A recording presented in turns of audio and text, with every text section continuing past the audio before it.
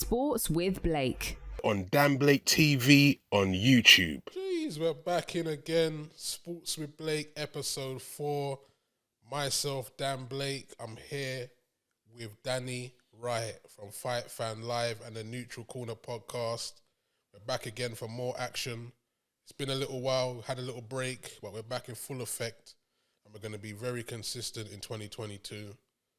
Shouts to all the potential sponsors we would like on board. So if you're all about health and fitness and that kind of thing, then hit me up at Dan Blake Voice and we could talk business for sure. So my guest right now is someone I really respect in the game.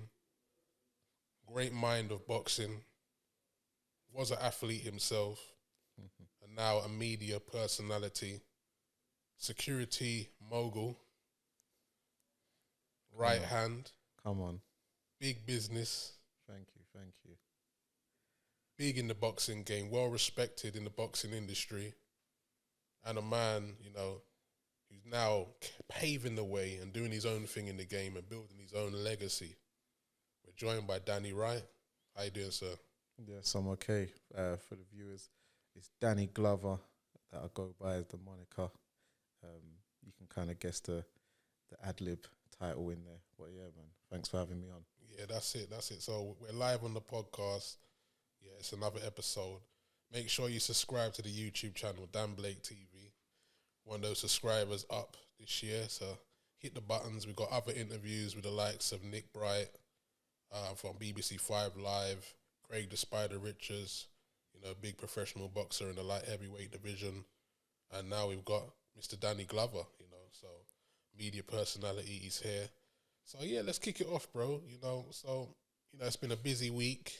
I've seen you out and about, at some big boxing fights. I see you at the Danny Jacobs, Ryder bout.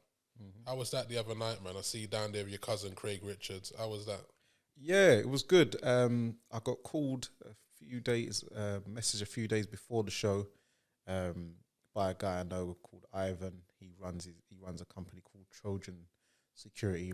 SAUK are the main matchroom and boxing sort of security group. There is another one who does Frank Warren sometimes, but yeah. So they called up Right Hand Man Limited for, obviously I'm the CEO of that, and they asked me, can I come down and do some security response and stuff for the ringside?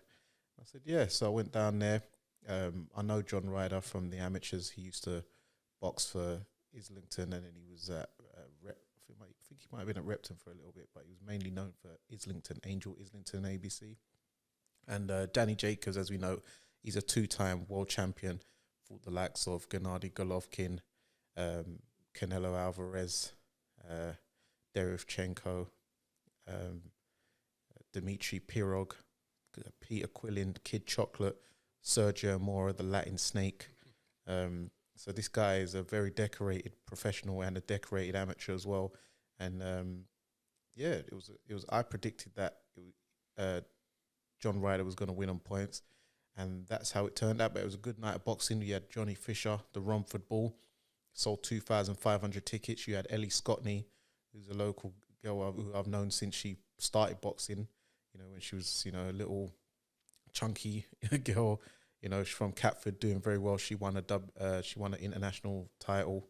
She's going to go on to big things. To Sugar Shy. It was a good night of boxing, man. And you look at Danny Jacobs. He's a man who he beat cancer to get back in the ring and become a middleweight champion. I really think it's a very incredible thing that he done right there and achieved. Despite the odds being against him, he come back and became the champ. I thought that was a very inspiring story, and I think that's why they call him the Miracle Man, I would imagine.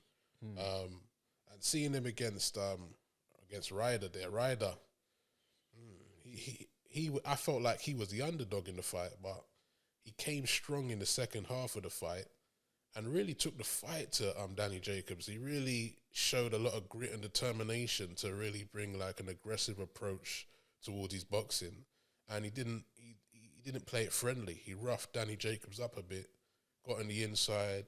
He he wouldn't let Dani ease up and get back on the jab and kind of just start working his, good boxing ability and skills. So big credit to Ryder, man. He really done his thing and got the win. As you said, sometimes with those kind of scenarios, the fight was close. It can go either way, and it just went his way that night. And I heard he's had some, hasn't had the greatest luck with fights in the past. So that's good that one went his way, and he knocks on to some big fights, I would imagine. Yeah, he was putting his name in the hat for Canelo Alvarez next. Everyone wants that lottery ticket, and I can imagine John Ryder will take that with two hands. Yeah, he hasn't had the luck of the green in certain decisions when he fought Callum Smith and Billy Joe Saunders and a few other guys. Danny Jacobs, I believe, was fortunate when he fought Gabriel Rosado last time out, even though it was a behind closed doors show. I thought he lost it, but he got the nod. So it's one of them fights, as you said, could have gone either way. And John Ryder being in his hometown from down the road, because he's from Islington, the fight was in Wood Green-ish, Enfield-ish, in Alexandra Palace, Ali Pali, the legendary historical building. John Ryder on home turf, you're going to get the nod more times than not. And it was, funny enough, it was the British judge who scored it to Danny Jacobs, and then the two American judges scored it for John Ryder. So it is what it is. Yeah, and I believe that these things come into play in boxing, and I just wanted to check with you if you kind of agree. Sometimes crowd response, what kind of boxing work is looking good and effective during a fight that can kind of sway some of the decisions being made in a boxing match. So how a punch, the impact of the punch, or the style and the consistency of the way they're boxing. Sometimes where someone may not look like they're winning a fight on like an aggressive front foot approach, but they're picking you off of a lot of good boxing point shots that are getting them the overall victory over a course of 12 rounds. So it depends what kind of work you like, I would imagine. Yeah, different judges like different things. Some judges like the pure boxer from the outside, showing ring generalship and skill. Some like guys who just come forward, even if they're taking shots on the way in, but they're, because they're coming forward and working a lot, they score aggressiveness. They call it aggressive scoring. Yeah. So different judges tend to like different things, but especially when you throw eye-catching punches, which tends to knock the head back. Also crowd response when you're on home turf, when you land a shot, even if it's a little grazing jab, the crowd's going to go, yeah. So that's going to influence the judges, whereas when the away fighter lands, there's either no noise, or if it is a big shot, they'll go, oh. But more time than not, the crowd try to stay silent to act like it didn't really happen, to sway it in the favour of their guy, which is understandable. It's just like football, ain't it? And that was a good fight, man. And glad to see a good boxing contest, and there's so many coming up. And Mr. Fisher was on the card, I see. Mm-hmm. I remember we was at Craig Richards' fight on October the 30th at the O2 Arena, and Johnny Fisher, that's the one. He was on the undercard, I believe. He was fighting, and he sold quite a lot of tickets. Yeah, he sold 1,700 that day. Yes, and I remember us being in the audience, I believe. We was at midsection somewhere, nice seats. There were just loads of Johnny Fisher fans just around us, surrounded. Yeah, they're called the Romford Ball Army. The Romford Ball Army, they was in full effect at the O2 Arena. Yeah. Salute Johnny Fisher. He had a good fight with the Spanish heavyweight champion, the current one. And it wasn't easy. No, it wasn't, because that guy, he'd gone 10 rounds with Oscar Rivas. And if you know who Oscar Rivas is, he's the current Bridgerweight WBC champion, who also went the distance with Dillian White and dropped Dillian White with an uppercut, if you remember. I remember. That guy is a heavy hitter. And that Spanish guy... very durable as well. Very durable. Yeah, very durable. Yeah, this guy, Johnny Fisher, fought, went 10 rounds with Oscar Rivas, so he's got a good chin, good beard, and knows his way around the ring, very experienced. He's had about 30 fights. Johnny Fisher, that was his fourth or fifth. Yeah. So and he didn't have much amateur experience. He only had about 10, and he told me that I think 7 of them was when he was a kid, and then he had 3 as a senior, because he was mainly doing like university, and he was playing rugby a lot. So he has that kind of rugby man face. So it was a good learning curve. He got cut early in the first round. I didn't see what actually happened. It must have been a head clash, but he was bleeding quite profusely, and that was something he had to deal with, and some adversity he had to overcome. And yeah, good performance, great learning fight. I think a normal four bout novice wouldn't have been thrown in, but when you're selling that many tickets, 2,500, the paying public, they're not going to want to see you smash over tomato cans too many times, because they're saying, this is my hard-earned money. I want to see something a bit competitive going. I don't want to see you against Tyson Fury or Anthony Joshua just yet, obviously not, but give us something where the man like has a heartbeat and throws back. Yeah, and he was the Spanish, heavyweight champion there. He was trying to counter a lot. I noticed he was trying to, every time Johnny was coming in, he was trying to counter him. He was trying to time his shots a lot. He was really trying, and he got caught on a few occasions. And I also could see Johnny Fisher, even when you're learning to get your second wind, just your stamina building, and because you're in for quite a challenge here. So it probably been one of the first times his stamina was tested a bit as well. Yeah, because he was blowing, he knocked out the other guys quite quickly, first and second rounds. That's the first time he's been 6 rounds in his life. Even as an amateur, he would have done the maximum of 3 threes when he did it. So to do 6 threes, he's never done that before. And it was a competitive fight where the guy's actually throwing back, taking shots, giving shots. The guy's slipping. So when you're missing big windmill shot, that takes a lot of energy out of your sails as well. Yeah. So your cardiovascular endurance will be tested. And you'll learn from that and know that, I've got to train even harder if I want to be able to go 8 rounds or 10 rounds. And then eventually the 12 rounds. 100%. And stamina is key in boxing, right? Stamina is very key. Hence why, the master genius says stamina for sale. Stamina for sale. Big ups. Big shouts to their Jai, master knowledge, yes. The master genius he is. Yes, we got the master genius. Respect every time. Let's talk Conor, Benn, Chris Eubank Jr. Straight in, big topics. Mm-hmm. Liam Williams, Chris Eubank Jr. Strong fight. Eubank, in my opinion, done a bit of showboating, a bit of show gloating towards the end, kind of on a Roy Jones Jr. energy, I kind of feel. And his dad. Yeah, and his dad. Yes, of course, and his dad. Very good point, very valid point. But I would like to have seen him close the shop. I'd like to have seen yeah, you can close the shop. You can close the shot. Close it with a shot or a shot. But anyway, I'd like to have seen him close the show, execute the fight, finish him off, knock him out even maybe. But I felt like he could have had it in his locker. He could have, yeah. But I feel like just to prove a point, because I feel like you want to look good out there and send a message to Gennady Golovkin and some of the guys that you want to fight. But, big him up same way. He got the victory. A victory's a victory. But in boxing, you don't get paid for overtime, right? So it's a bit risky doing all of that, dancing around. When in the ring, really, you don't get paid for overtime. I was just getting them out of there. I think knockout rules look better, in my opinion. Yeah, but he said that he took the fight personally because Liam was saying certain things about him and his family. So he said he wanted to punish him. But I don't feel, for someone who was dragging it out, yes, he showboated and embarrassed him in front of his peers and his crowd and stuff. But I believe he should have closed the show because he could have got him out of there from at least 5th, definitely, because he dropped him, 3 times in the first 4 rounds. First 4 rounds, yeah. And 2 of them was with jabs. With power jabs, and he could have got him. I think he could have got him out there in 5 if he really wanted to, and decided to put the Eubank combinations together.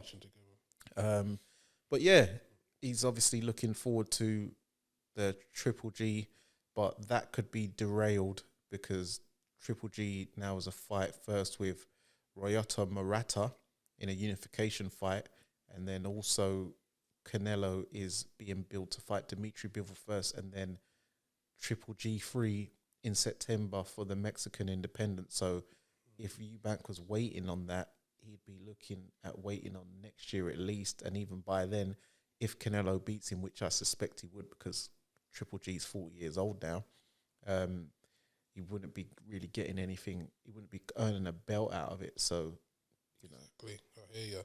And that brings me to Conor Benn watching that fight and thinking, I'll have some of Chris Eubank Jr.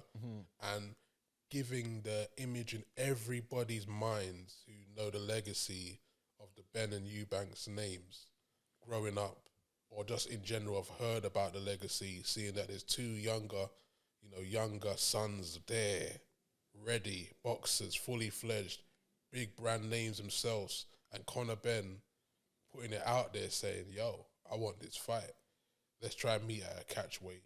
Let's get it done. I want legacy. I want big fights. I want legacy. I want something that's going to be monumental. And I feel like this would be a monumental fight in British boxing history. Incredible fight it would be. I think it would be an absolute sellout, blockbuster smash. It's just about seeing if, as you said, I think Conor maybe should come up and fight Chris Eubank Jr. Because I hear Chris Eubank Jr. kind of saying, you come up, you know what I mean? Then we'll make it happen. You fill out a bit more, you come up. So either way, whatever way they agree or arrange, I just want to see that fight. You know, I'm a big fan of Nigel Benn, Chris Eubank from growing up, that whole era of their battles. So seeing the sons having a tear up, that would be incredible, man. Yeah, I give it to Conor Benn. I like his attitude. I like the way he's just coming through the division, and he's just like, yo, I want the big fights. I'm not scared. I'm ready. And I'm calling people out. I'm saying names I want. I'm calling out. What's the guy from America again? You talking about Maurice Hooker or Adrian Broner? Adrian Broner. I'm calling out Broner. I'm calling out Amir Khan. I'm calling out Brook. I'm calling out Chris Eubank Jr. Big names, because he knows these are big fights. These are fights that are going to create interest and entertainment. These are fights that you can go and tour on TV shows, take it to radio. They're transcending fights, and that's what I feel like certain boxing was about back in the day, fights that would cross over and become where your auntie, your mum, your little sister, your older brother, your little cousins, everybody can watch at the same time because they can all relate to the brand of those fighters. So, yeah, I definitely want to see Conor Benn Eubank. Dan, what's your take on that one? Yeah, it was a very big fight. If that does manage to ever come off, it's a crossover appeal fight, which would definitely capture the imagination of the British public. Obviously, that goes back to the 90s when their fathers had their two epic bouts, with Chris Eubank winning the first time, beating Nigel Benn in the 9th round for the WBO middleweight title. Then they had a rematch at super middle, and that was a draw. It was controversial. Many people thought that Nigel Benn had done enough, but they scored it a draw. So Conor Benn might have that thing in his teeth where I need to get a victory for the Benn name, and his dad would be definitely behind him, pushing him through them drills. Conor Benn would need to come up, definitely, because Conor Benn is 147 pounds. He's 2 weight divisions below Chris Eubank, who's 160, who has campaigned at 168 for a few times when he fought George Groves and Anthony Yildirim, etc. The best Eubank can do, I believe, is probably get to 157, because as you can see, even at 160, he's ripped to shreds. There's not an ounce of fat. He's looking like 5% body fat, like Lex Luger. So Conor Benn would have to come up to about 157, because Eubank can't make 154. They can't meet in the middle, at the light middle, junior middleweight. So yeah, Conor would have to come up, and it'd be a very good fight, because Conor is very explosive. But Chris Eubank Jr. has improved a lot as a boxer, especially under the tutelage of Roy Jones Jr., the Superman, and he is the naturally bigger guy, the vastly more experienced guy also. But yeah, it will definitely capture the imagination of the British public, and that would be something I'd like to see. Also with Conor Benn, he's very much improving. He was due to fight Maurice Hooker next, but Maurice Hooker's got injured. So now they're looking at Chris Van Heerden as the opponent, who's a wily old veteran in the game. So that'd be a decent fight for Conor next up. So I look forward to that and his progression. Love that. And let's go to straight to another big tear up that's coming up. Amir Khan, Brook. Let's talk about it. So I'll let you go first. Let's talk about it. What's your thoughts on what's your thoughts on this one? This one's just like, it's long time coming. Another one that's like the British public are gonna love. I've been wanting for a long time. I'm not really sure how it I don't know. Cross appeal, I don't know, maybe it's too late, but like we'll see. Next week, this week is the build up. We're in the week of the fight. This podcast may not come out then, but we're actually in the week of the fight. Amir Khan versus Brook. I'll give my opinion on the fight. I feel that it's gonna be a very, very maybe a cagey affair to kick off. Tensions in the air. Eyes pointy, eyes looking very sharp, eyes on the prize. I think, what I'm trying to say. Amir Khan has a fast start, I feel. Yeah. Gets busy. He's trying to get that right hand over the top. He's trying to like rangefinder. He's gonna come in some sharp ones, clip Kell a couple of times. But then I feel like if Kahn doesn't really get to work and kind of hurt Brook early, I feel that Brook's going to eventually get to him with one of those big bombs that he has. Mm-hmm. I feel naturally Brook's going to come in heavier during the fight, because I've seen Amir Khan, I think it was a picture posted by Behind the Gloves, big them up. I see a picture Michelle of Khan, Joy Phelps. Yeah, Michelle Joy Phelps. I see he's looking very slim. I would say like very slim, a bit too slim for my liking, to be fair. Like, looks a bit weight drained in my opinion. So, and I know Brook always comes in pretty big after a weigh-in and all that kind of stuff. So on fight night, I feel like if Brook his fight goes to anywhere between maybe 5 to 8 rounds, I feel Brook is gonna get him, he's gonna clip him with something. And knowing Amir Khan's recent history with, chin being a bit, loose at times, I feel that he'll go over if Brook gets to him between 5 and 7. As I said, I feel Kahn starts sharp early, but then Brook gets into the fight and then could catch him easily with one of those shots. I've seen this scenario happen quite a lot with Kahn. He starts off well, and I feel like sometimes, just like out of nowhere, something comes and hits him. Maybe it's a lack of concentration or something. Then he's over. And you're like, what happened? It's like, he was just in the fight, boxing well, against a lot of fighters, boxing, especially in recent times. Obviously, Kahn has been world champion. He's done great things in his career. Big salute to him. British legend. I love Amir Khan. Big in the game. But my fight prediction, I'm definitely going for a possible Brook, TKO or KO. It's a big one, but I feel, I think a KO. I think a KO between maybe 5 to 8. I'm going 5 to 8. 5 to 8 a KO. I feel like he just gets him. And he looks a bit weight drained. I'm going on the eye test. On my intuition, man. I've been watching interviews. I'm going on my eye test. I've been watching interviews. I've invested in the fight. I'm invested in the build-up. I've probably watched about 20 pieces of content all over Boxer, IFL, Fight Fan, Live, your channel, everywhere. I've watched content, heard people's opinions, Stamina for Sal. Yeah, the fight is right. Yeah, I've been watching, and I've just gathered all my thoughts. And as we're on fight week, I just feel that Brook gets to him. He's just naturally bigger in the ring. He's got the more powerful punch. And I feel the spite that he has for him could do the damage, could be the telling damage. But let me just do a case for Kahn as well, just to be fair, even it out. Yeah. So I believe Kahn, again, quick starter. He's very sharp. He's got lightning hands. We all know. fast hands like crazy. So if he can clip Brook a couple of times, you know, see what's going on with Brook. You know, he's had a couple of eye problems, hasn't he? So Yes, he has. He had surgery on both eyes through fights with Gennady Golovkin, Triple G, and the other one with Errol Spence Jr. There we go. Test the eyes out, see what's going on there. Could be a problem. Could be a thing. He clips him a couple times in the eyes. He's down and the fight stops. Who knows? We don't really know because we haven't seen Brook fight as much. When was Brook's last fight? Can you confirm? Last year when he got stopped by Terence Crawford. And that was when it was an eye issue, wasn't it?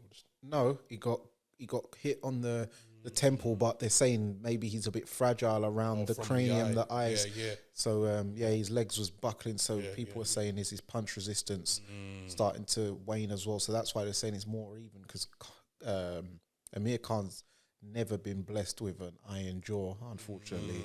But now Kell Brook, who was known to be very durable, didn't go down against someone like Gennady Golovkin's bombs, but now then fell apart against Terence Crawford, who's a lot smaller. The question is his durability still there? So, and apparent, just to close on that, I feel with Kahn, and maybe possibly with Brook having that playing on his mind, possibly we don't know the psychological effects that's had. So, Amir Khan obviously doing his research. He's in the training camp with Brook's old opponent and his opponent before. So, he's gonna know that going into the fight, and he's gonna be aiming. He's gonna be aiming for those targets, and those are signs to watch out for. And Khan will come on strong in the first 5 rounds, I believe. But I feel like that's when he's got to basically win the fight. I feel like Khan's got to go for it early. If he doesn't, I don't see him doing it over 12 rounds or this going to any points decision. I feel like Kahn, he beats him with speed and combination punches and blows him out the park with a 3-punch, 4-punch combination or something crazy that's going to basically hurt Kell Brook with the current issues that he has now, because we haven't seen Kell Brook fight since those issues occurred. So we don't know what state that's in. So that's where I'm going. Those are Khan's advantages I feel he has in the fight. If he picks up on those pointers and he does it in 5, or Kell Brook does him by KO between 5 and 8, or possibly even a TKO. But I definitely feel like the KOs, my intuition is telling me on his side it would be a KO. He just clips him with something, then it could be night. But yeah, that's either way. Those are my little kind of scenarios for the fight. Yeah, it's going to be a good one. I'm really looking forward to it, actually. As I said, I've been a fan of both of them for years, especially Kell Brook's theme song, "All of the Lights" back on the West. A lot of people like that song, to be fair. Yeah, man, I love that. I love the way he comes out to that. So big respect to him, and big up Amir Khan. You know, I've introduced your TV program on the BBC a couple times, so big you up, bro. I think I even done a couple witty lines. I said something about his punching combinations and Insta, his missus, you know, being a social media expert or something like that. Yeah, and she's got her own makeup line or something like that. Yeah, I done some little clever kind of line between, what's it say? I said like, what's that? Boxing hand speed and social media. Something like that anyway. But big up Meet the Khans, man. That's a big TV show on BBC. Check that out. Yeah, man, what's your thoughts on the fight, bro? Break it down. I need your prediction now. We're in fight week. Let's do it. Yeah, I think that it will capture the crossover due to Amir Khan being a celebrity figure. He's on terrestrial TV. He does meet the Khans. You'll see him at Wimbledon. He gets invites to those places. He goes over to Saudi Arabia and, you know, the UAE and gets all the celebrity treatment. So he will bring those type of eyes to this fight, whereas Kell Brook is more of a boxing purist, die-hard, hard type of fighter where only the proper boxing people who watch boxing will know Kell Brook. He would just walk down the street and get mobbed, whereas Amir Khan, wherever he goes, as he was in the 2004 Olympics, the only entrant for Great Britain that year, and managed to get silver, only lost on points to the great legend Cuban Mario Kindelin. So, that being said, I did see the picture of Amir Khan. He was looking slim. You have to remember both of them are like 35 years old now. They're both at the tail end. Amir Khan hasn't had to make weight for a while now, as he's been out of the ring for a while. He's blown up, you know, enjoying the life.